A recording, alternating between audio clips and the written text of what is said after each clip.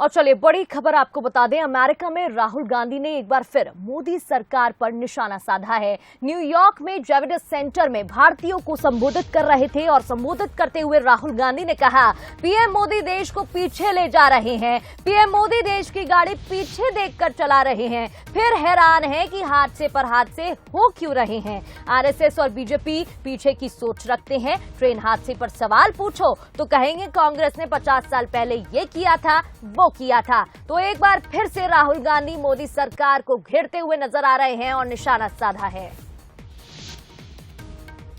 तो अमेरिका में राहुल गांधी मोदी पर हमला बोलते हुए नजर आए। पीएम मोदी देश को पीछे ले जा रहे हैं, ये बयान दिया। देखिए लगातार विदेश दौरों पर राहुल गांधी हैं और ऐसे में अपने बयानों से सुर्खियां बटोर रहे हैं, जहां पीएम मोदी को, मोदी सरकार को घेरते हुए नजर आ रहे हैं। एक के बाद एक ऐसे बयान दे रहे हैं जहां वो बीजेपी पार्टी पर निशाना साध रहे हैं।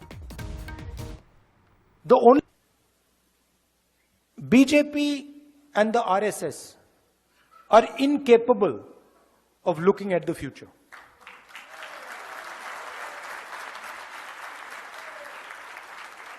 They are incapable. उनसे आप कुछ भी पूछो वो पीछे की ओर देखते हैं। उनसे पूछो भैया ट्रेन एक्सीडेंट क्यों हुआ, कहेंगे भैया वो देखो कांग्रेस ने 50 साल पहले ये किया।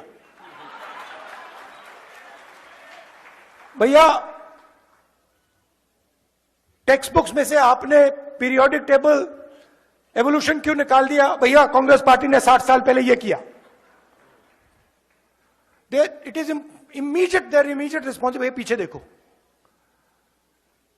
Now you think about it. All of you came here by car, using your cars. Imagine if the only thing you did was look in the rear view mirror.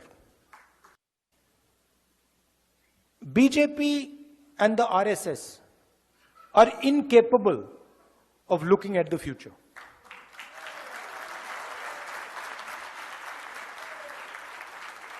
They are incapable. उनसे आप कुछ भी पूछो वो पीछे की ओर देखते हैं। उनसे पूछो भैया ट्रेन एक्सीडेंट क्यों हुआ, कहेंगे भैया वो देखो कांग्रेस ने 50 साल पहले ये किया। भैया टेक्स्ट बुक्स में से आपने पीरियोडिक टेबल एवोल्यूशन क्यों निकाल दिया, भैया कांग्रेस पार्टी ने 60 साल पहले ये किया। It is immediate, there immediate response, भैया पीछे देखो। Now you think about it. All of you came here by car, using your cars. Imagine if the only thing you did was look in the rear view mirror. और चलिए आगे बढ़ते हैं। आगे बढ़ते हुए बात एक और खबर की। राहुल गांधी ने फिर मोहब्बत की दुकान को प्रचारित किया है। जी हां, अमेरिका में भारतीयों से सवाल पूछते हुए बीजेपी पर तंज कसा। एक बयान आपको अभी सुनाया था, एक और बयान सुनाते हैं जहां उन्होंने एक बार फिर से निशाना साधा है, बीजेपी पर तंज कसा है और मोहब्बत की दुकान को प्रचारित किया है। अमेरिका में भारतीयों से सवाल पूछते हुए बीजेपी पर तंज कसा और राहुल गांधी ने कहा, क्या आपने बीजेपी की मीटिंग में आई लव यू सुना है? कांग्रेस की मीटिंग में सबको आई लव यू कहा जाता है, आई लव यू ब्रदर कहकर एक दूसरों से बातचीत की जाती है। यही हिंदुस्तान है, नफरत के बाजार में मोहब्बत की दुकान है। Because in each of your hearts there is India. आप ले घूमते हो, आप 24 घंटे अपने दिल में हिंदुस्तान को लिए घूमते हो,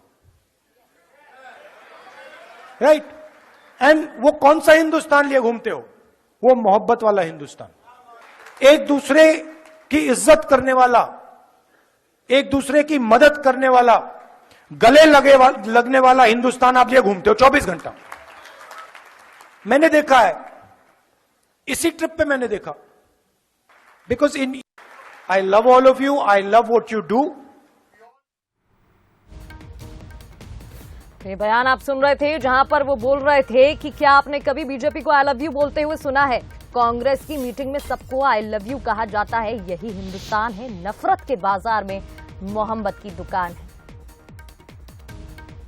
और चलिए इस खबर पर अधिक बातचीत करते हैं। अधिक विश्लेषण के लिए हमारे साथ न्यूज हेड शरद द्विवेदी जी जुड़ गए हैं। शरद जी, देखिए, विदेश यात्रा में राहुल गांधी लगातार निरंतर बयान दे रहे हैं और बीजेपी पर हमलावर भी हैं, नजर आ रहे हैं निशाना साधते हुए। 2 बयान यहां पर दिए गए हैं, सबसे पहले आपको सुना देते हैं, उसके बाद आपकी प्रतिक्रिया लेंगे।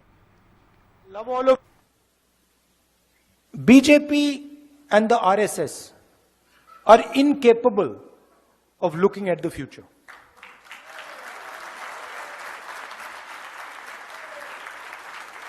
They are incapable. उनसे आप कुछ भी पूछो, वो पीछे की ओर देखते हैं।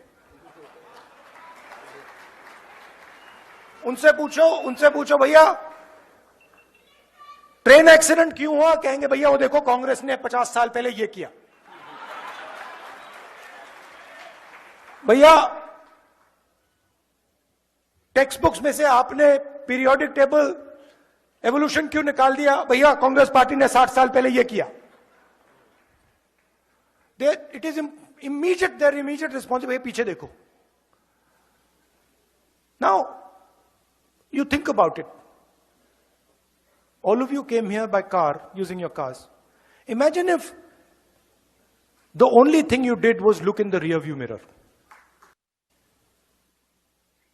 Because in each of your hearts, there is India.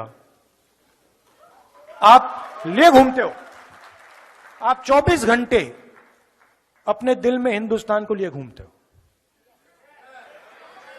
Right? And वो कौन सा हिंदुस्तान लिए घूमते हो? वो मोहब्बत वाला हिंदुस्तान, एक दूसरे की इज्जत करने वाला, एक दूसरे की मदद करने वाला, गले लगने वाला हिंदुस्तान आप लिए घूमते हो 24 घंटा। मैंने देखा है इसी ट्रिप पे। तो देखिए, ये बयान आप सुन रहे थे शरद जी।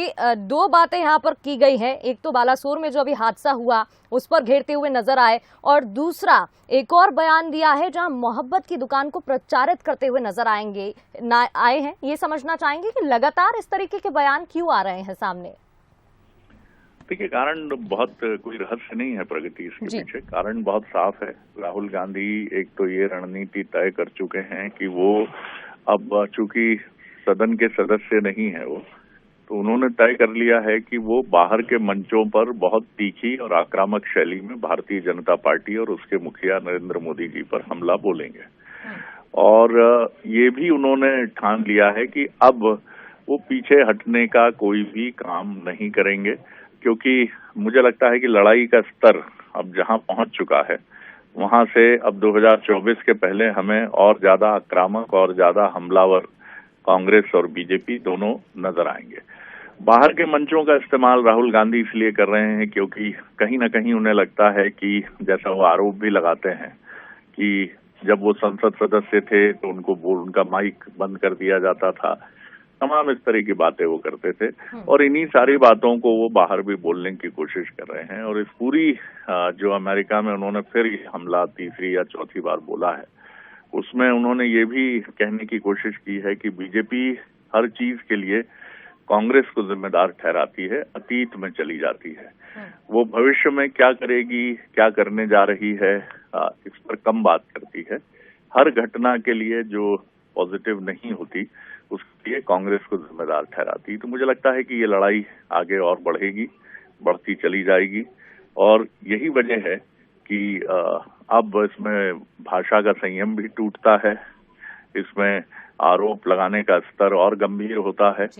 और निश्चित तौर पर मुझे लगता है कि ये जरूर एक डिबेट है कि देश के बाहर क्या इस तरह की चीजें अधिक से अधिक उठनी चाहिए, और क्या वहां ये भी मैसेज जाना चाहिए कि पक्ष और विपक्ष के बीच में भारत में कई मुद्दों को लेकर गंभीर मतभेद हैं। वो कोई नई बात नहीं है, मतभेद होते ही हैं। अमेरिका में जहां राहुल गांधी ये बात कह रहे हैं, हमने राष्ट्रपति चुनाव के समय आरोपों का स्तर देखा है, वो बात उतनी महत्वपूर्ण नहीं है। लेकिन भारत की अब तक की परंपरा में ऐसा कम देखने को मिला है जब विपक्ष के नेता ने बाहर जाकर बहुत तीखे हमले बोले हों और सत्ताधारी दल और उसके मुखिया पर आरोप लगाया। प्रगति। बिल्कुल शरद जी, जिस तरीके से राहुल गांधी अटैकिंग मोड में नजर आ रहे हैं, ये साफ क्लियर है कि आने वाले समय में ये लड़ाई थमने वाली नहीं है। बहुत बहुत शुक्रिया शरद जी तमाम विश्लेषण के लिए।